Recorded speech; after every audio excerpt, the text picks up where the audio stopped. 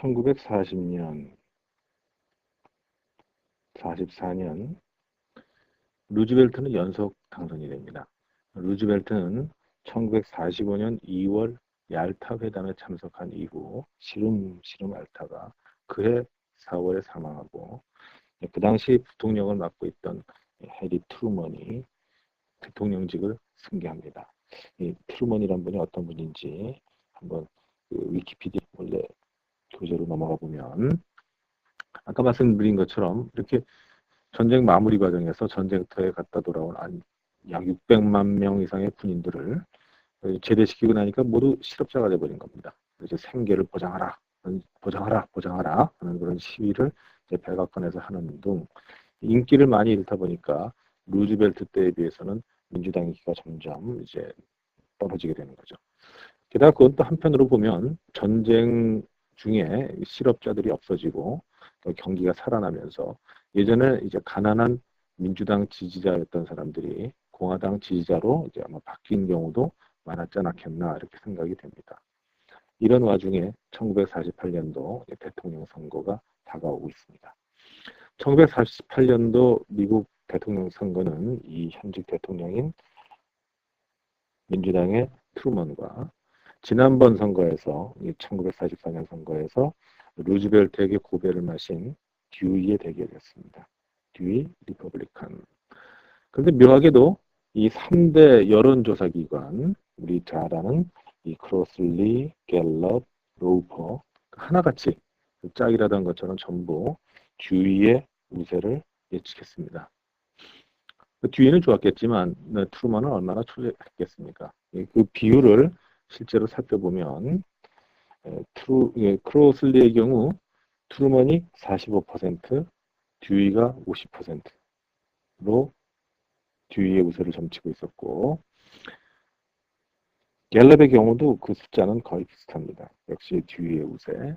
근데 로우퍼의 경우는 이제 가장 심해서 그 대략 이게 38%대 53%면 거의 15%포인트 정도로 듀이가 우세하다고 예측을 하고 있었습니다. 결과는 50%대 45%로 마치 이 크로슬리의 예측을 뒤집은 것처럼 그렇게 나타났습니다. 적어도 이 3대 여론조사기관이 예측했던 것과는 아주 반대인 결과가 나온 거죠. 게다가 이때 처음으로 이제 라디오 방송이 선거 결과 방송으로 등장하면서 신문과 경쟁하는 배치가 됐습니다. 신문은 하루가 늦죠. 생활 속의 통계학 시간에 저희가 스타티스틱스가 단수냐 복수냐 따라서 의미가 달라지는 걸 공부하면서 그 엘머 로퍼라는 그를 인용하는 신문 스크랩 기사를 본 적이 있습니다. 여러분들이 그 기억이 나는지 모르겠는데 Dewey as good as elected. 그 다음에 뭐였습니까? Statistics,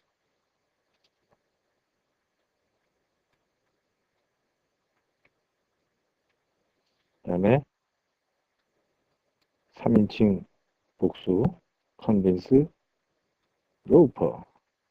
이 로퍼가 바로 요 로퍼입니다. 엘머 로퍼. 여기서 스타티스틱스는 통계의 숫자라는 의미의 복수로 쓰인 것이었죠.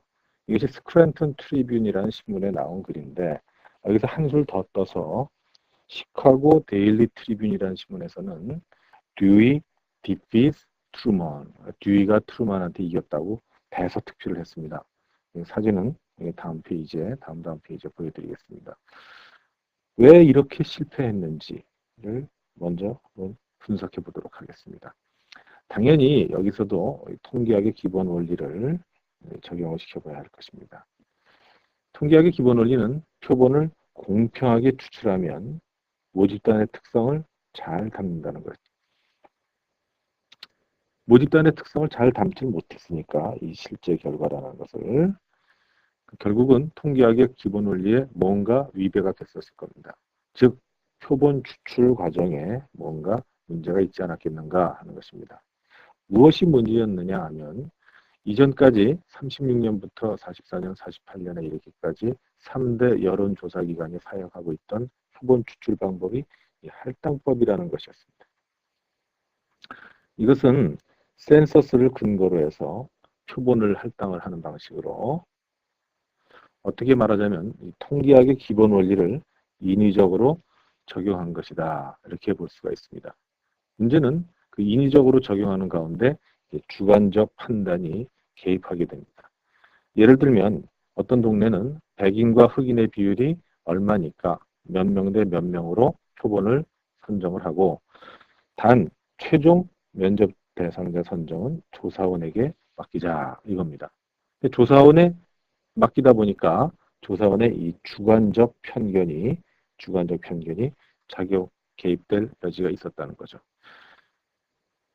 결국 간단히 말씀드리자면 좀 잘 살고 그다음에 인터뷰하기에도 아주 편해 보이는 그런 공화당 사람들이 표본에 많이 끼이게 된 것입니다. 이게 뭐냐면 바로 지난 시간에 공부한 바로 전에 공부한 셀렉션 바이어스가 바로 전형적인 예가 되겠죠. 그래서 이는 여론조사 기관들이 그 이후 즉 1952년도 대통령 선거부터는 확률적 방법에 의해서 그 표본 추출을 실시하는 그런 계기가 됩니다.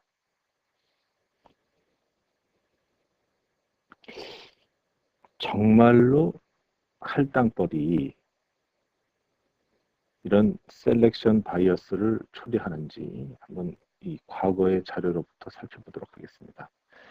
1936년대 갤럽이 공화당 지지율 예측을 어떻게 했었냐면은 44%로 상당히 후하게 줬었습니다. 실제 지지율은 38%에 불과했었죠. 요게 이제 숫자가 잘못됐습니다. 6%포인트만큼 그 공화당에 유리하게, 공화당을 더그 과대 과잉 예측을 했었는데, 1940년도에도 48%로 공화당을 또 후하게 주었습니다. 실제는 45%로 약 3%포인트 정도의 바이어스. 그 다음에 뭐 오류라고 합시다. 일단 1944년도에는 또 48%를 예측했는데 실제로는 이제 46%를 얻어서 이때도 2%포인트만큼의 오차가 있었습니다. 1948 이때까지만 해도 근데 다행히 이 민주당의 그 민주당 지지율이 이 바이어스를 훨씬 넘어갈 정도로 높았기 때문에 가려져서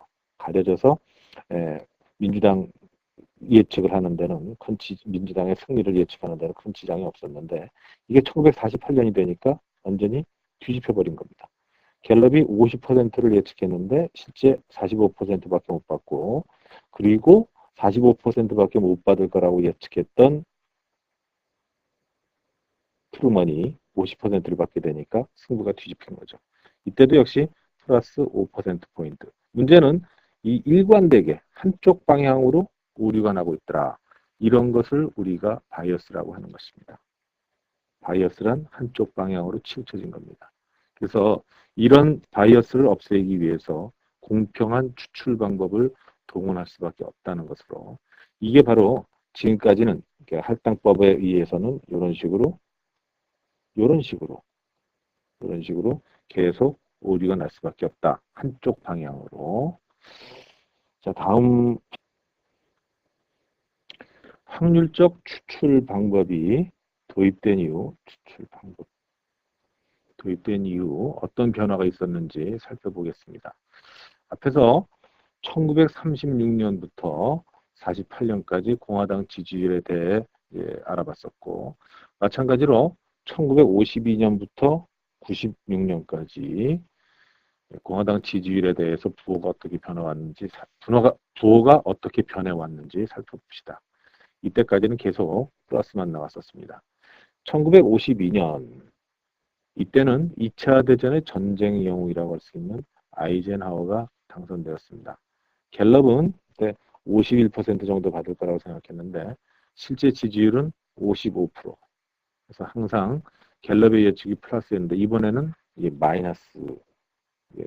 어떻게 실제보다 그 예측이 더 덜 나왔었죠. 예측을 덜 했었죠. 그러니까 이제 마이너스 보로 예측이 됐었고, 56년도에 이제 재선을 나왔을 때는 59% 정도 받을 거라고 했는데, 실제로는 그거보다 못 나왔죠. 그러니까 옛날처럼 다시 플러스로 돌아가 버렸습니다. 1960년, 이때 좀 골치 아픈데요. 예, 케네디는 민주당 후보로 나왔습니다. 그 다음에 이게 49%로 이제 예측들을 했는데, 실제로는 49.8%를 받았습니다. 아슬아슬하게 떨어진 건 누구냐? 요건 제가 옆에다가 좀 더 상세하게 이제 써놨습니다. 닉슨입니다. 리차드 닉슨. 1960년대 미 대통령 예측 결과에는 워낙 박빙의 승부였기 때문에 제가 여기 이렇게 따로 옮겨 놓았습니다. 닉슨과 케네디가 갤럽에서 예측하기는 2%포인트 정도 케네디가 앞설 거라고 본 겁니다. 갤럽의 예측. 자, 2%포인트 차이죠. 근데 결과가 어떻게 나왔냐면은 닉슨은 49.8, 그 다음에 케네디는 49.9, 요 0.1%포인트 차이죠. 케네디가 승리했기에 망정이지. 이 실제 숫자상으로 보면은 거의 이 1000명 단위로 내려갈 만큼 아주 작은 차이였습니다. 그리고 이게 이제 지지율 차이지만 우린 이제 물론 관심 있는 것은 이제 이 선거인단 확보수가 이제 문제가 되겠죠. 이때도 문제가 된 것이 플로리다주였습니다. 이때는 닉슨이 그냥 승복했다고 합니다.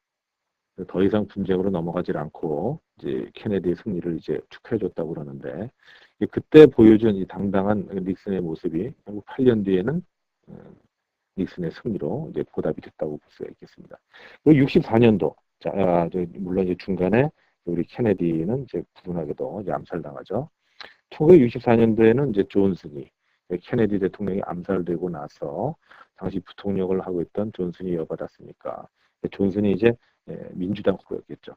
존슨이 이제 압도적으로 당선이 되는데, 이때는 미국이 월남전에 들어가면서 또 전쟁 분위기 하면 미국이 워낙 꼼짝 못하는 사람들이라 아주 압도적으로 존슨을 지지해 줬습니다. 이때 공화당 후보로 나온 사람, 형편없이 깨진 사람은 누구냐면은 베리 골드워터라는 사람입니다. 캘리포니아 쪽 사람이죠. 골드워터가 깨졌는데 비율을 보면 여전히 마이너스였다가 이때도 역시 또 마이너스로 예측이 됐죠. 갤럽이 실제 지지율에 못 미치게 나왔었습니다. 1968년도가 되면 요거 여러분들 잊지 마십시오. 저기 지금 공화당 지지율을 제가 말씀드리고 있는 겁니다. 자, 존슨은 지금 존슨, 케네디 둘 다 어디냐면은 민주당이라는 거. 그래서 존슨이 당선이 된 거고 이 36%밖에 못 받은 사람, 그 사람이 바로 베리 골드워터라는 얘기입니다. 1968년도가 되면 이제 닉슨이 이제 당선이 되는데, 아까 말씀드린 것처럼 공화당 출신이고, 공화당 출신이 당선됐는데도 불구하고 왜 이렇게 이 지지율이 적으냐 하면은 1968년도에는 3명의 후보가 각축을 벌였습니다. 닉슨 외에도 민주당 쪽에는 그전에 존슨 대통령 때 부통령을 하고 있었던 이제 험프리라는 사람에다가 월러스라는 양반까지 끼어들어서 3명이 각축을 벌였다고 합니다. 그러다 보니 비록 43%에 불과했지만 닉슨이 이 중에서는 이제 다수를 차지해서 당선이 됐다고 합니다. 이때도 실제 지지율에 못 미쳤으니까 이제 마이너스로 봐야 되겠죠. 1972년에는 닉슨하고 민주당의 이제 맥거번이라는 분하고 이제 둘이 나왔는데, 갤럽의 예측이 어떻게 됐습니까? 실제 지지율보다 조금 1.3%포인트 정도 플러스로 나왔습니다. 역시 닉슨이 당선이 됐는데, 이때 모든 게이트 사건의 원조인 워터게이트 스캔들이 그랬으니까 그럼 1976년도로 이제 넘어가는데, 이것도 하나 또 아주 골치 아픕니다. 이게 처음으로 그 지지율 예측이 이제 틀려나갑니다. 확률적 표본 추출 방법을 도입한 이후 처음으로 갤럽의 실패 사례가 되는데, 갤럽의 여론조사가 적어도 지지율 예측에서 실패한 첫 사례입니다. 이 경우에 역시 카터는 민주당입니다. 카터는 민주당이니까 카터는 이렇게 또 우리가 D 표시를 해줘야 되겠죠. 닉슨은 R. 그러니까 이 민주당, 공화당 예측에서 갤럽이 더 후하게 예측해줬던 거니까 이제 플러스라고 해야 되겠죠. 플러스라고 얘기해 주는데, 보시다시피 이제 포워드가 카터에 비해서, 자, 한번 다시 볼까요? 포워드가 카터보다 앞선다고 이렇게 예측을 했는데, 실제 결과는 이렇게 됐습니다. 50.1%로 오히려 카터가 앞섰고, 실제로 선거인단도 더 많이 확보를 해서 카터가 당선이 됩니다. 자, 1980년이 되니까 이제 카터의 그 이미지는 뭐 아무리 깨끗하면 뭐하냐, 강력한 미국을 원하게 됩니다. 그것에 마치 부흥이라도 하듯이 이제 배우 출신인 러널드 레이건이 이제 나오게 됩니다. 러널드 레이건 지미 카터하고 붙어서 현직 대통령으로는 처음 카터가 이제 고배를 들게 되죠. 레이건에 대한 갤럽의 예측은 47%에 불과했는데 실제 지지율은 50.8%가 됩니다. 따라서 우리도 이번에 또 부호가 마이너스. 1980년도 당시에 보면은 공화당 그 지명전에서 떨어진 J.B. 앤더슨이라는 이분이 또 독립 후보로 출마해서 상당히 많은 표를 이제 갉아먹습니다. 여기 연이죠. 이제 80년도니까. 이 카터에 비해서 이제 카터 표가 됐어야 되는 걸 깎아먹은 게 아니냐 이렇게 보는데,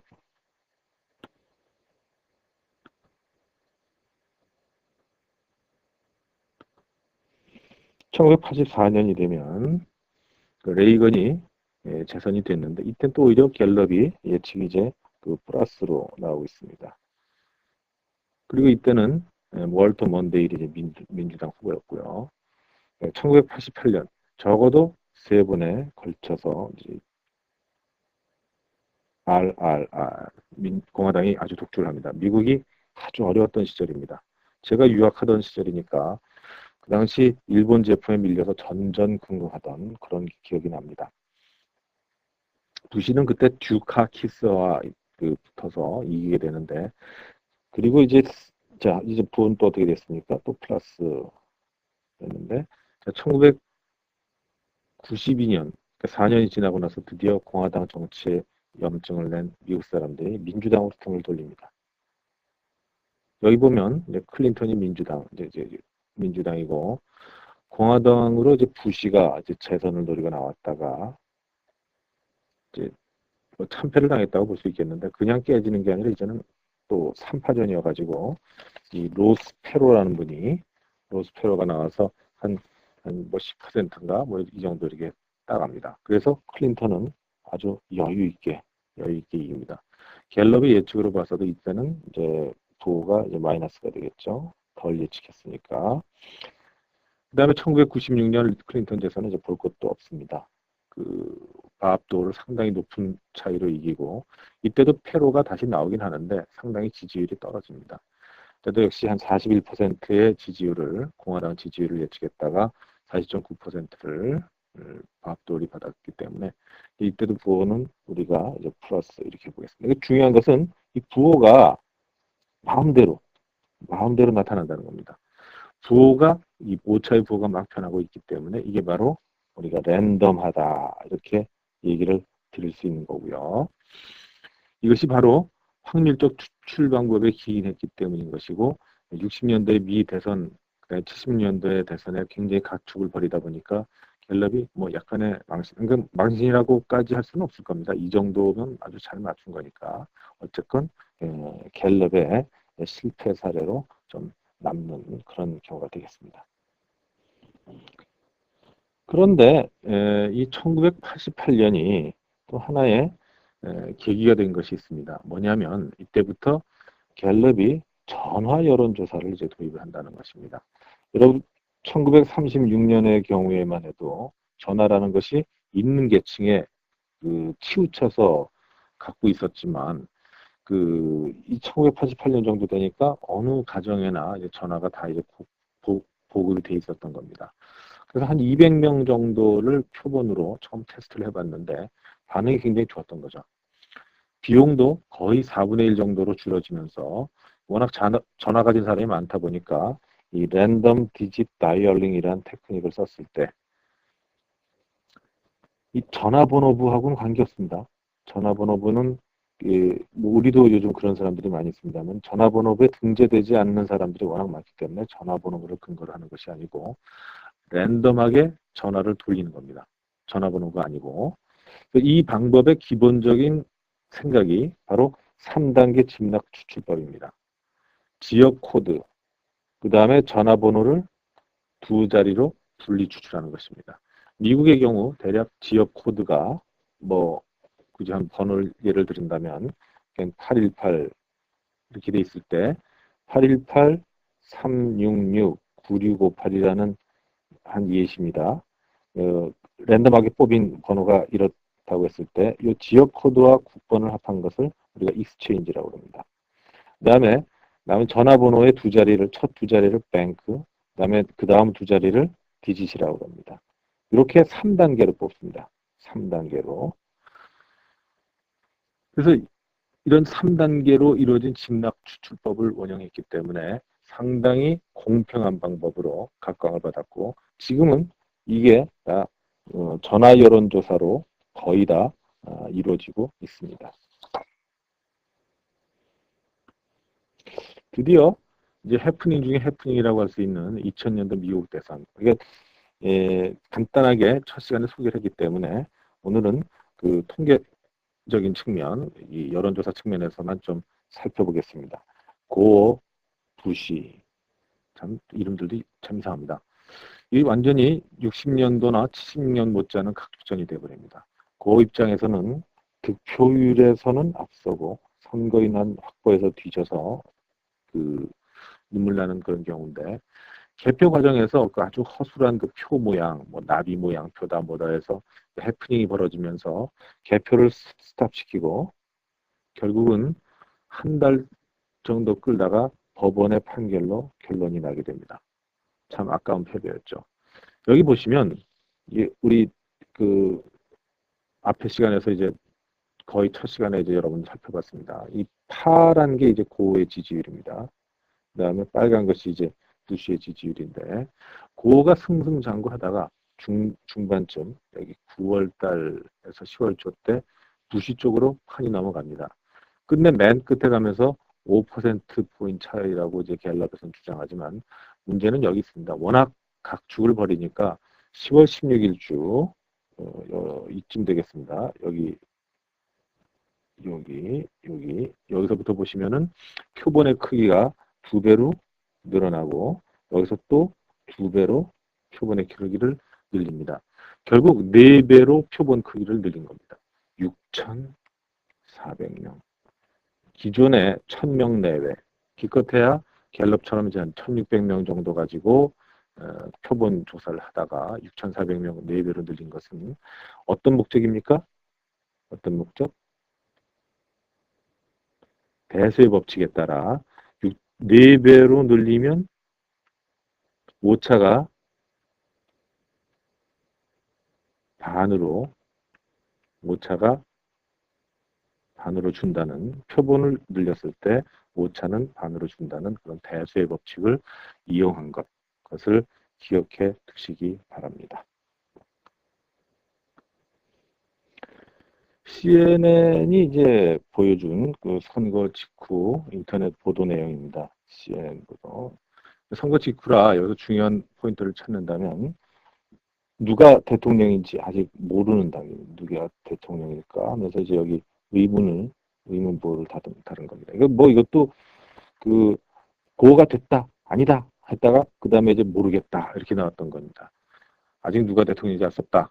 플로리다 사진이 여기 나와 있는 게 플로리다 사진입니다. 그리고 실제 상황은 이제 지도를 보면 여기서 이제 뻘겋게 나온 게 이제 부시 쪽입니다. 그 다음에 아까 봤지만 파란 것이 그쪽이고요. 그 선거인단 확보를 한 거. 그 카운트를 이제 직접 가 보시면은 부시가 이긴 주가 29주. 요 상태에서입니다. 요 상태에서 부시가 29, 그다음에 고가 이긴 주가 20주. 합해서 두 개가 남는데 미국이 이제 총 50개 주가 아니라 여기서는 이제 워싱턴 DC, 이제 컬럼비아 특별구를 이제 새로운 다른 주로 치기 때문입니다. 남은 두 곳이 어디 빠진 데가 이 상태에서 빠진 데가 플로리다와 올, 오리건 하는 아직 이 두 군데가 이제 결정이 안 된 상태였습니다. 실제 황당했던 것은 이제 선거인단 수가 이제 요 내용을 잘 안 보이기 때문에 제가 말씀드리는 겁니다. 어, 선거인단 수가 이 상태에서 부시가 246명, 고가 260명을 얻고 있었습니다. 플로리다가 몇 명이냐면은 25명, 오레건이 7명입니다. 그래서 플로리다를 부시가 차지하면 그게 그냥 271명이 되면서 그 과반수가 넘어서 게임이 끝나는 겁니다. 오레건을 고가 가져가더라도 하나 차이라고 할 수는 없겠죠. 이제 과반수가 이제 아니니까 이제 네 차이로 이제 이기게 되는데 그래서 이제 플로리다가 문제가 된 거죠. 결국 한 달 동안을 지루하게 끌다가 결론은 부시가 이제 플로리다를 가져가서 근데 올거는 이제 다행히가 아니라 뭐 어쨌건 이제 고한테 가고 이게 플로리다가 부시한테 가는 바람에 눈물 나는 상황이 된 겁니다. 그 최종 이게 요약표를 한번 보시겠습니다. 딱 4표 차입니다. 선거인단 4명 차입니다. 선거인단 4명을 확보 못했고 득표율 항목으로 가봅시다. 이게 뭐 아주 48대 48로 똑같다고 나왔는데 이 차이는 여기서 보여지는 거죠. 득표한 것을 보면은 눈물 나죠. 30만 표를 고가 더 얻었던 겁니다. 고작 30만 표. 어떻게 보면 고작 30만 표. 앞에서 여론조사의 실패라고 얘기했지만 너무 잔인한 얘기죠. 이런 득표를 어떻게 맞추겠습니까? 표 단위가 10만 단위에서 차이가 나는 정도로 박빙의 승부를 어떻게 예측하란 말입니까? 이 갤럽에 그래도 박수를 쳐주시는 게 어떻겠습니까? 비록 실패했지만 이 정도면 잘한 거다 하고 말입니다. 샘플을 이렇게 늘려가면서 돈도 많이 들었을 텐데요. 이것이 2000년 미국 대통령 선거의 해프닝 전말입니다.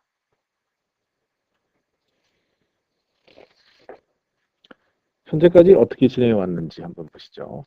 앞부분에서 이제 이미 문제 파악은 다 끝났고 자료 수집에서 우리가 소크 백신의 임상시험, 관찰 연구, 스모킹, 캔서, 조사 연구 중에서도 우리 이제 뭐 조사 연구라기보다 이제 선거 여론 조사가 되겠는데 미국 경우가 이제 끝났습니다. 남은 것은 이제 일단 우리나라의 대통령 선거 여론 조사 과정을 살펴보고 그 다음에 이제 자료 요약으로 넘어가겠습니다. 우리나라 대통령 선거 여론 조사에 대해서 다음 시간에 알아보도록 하겠습니다.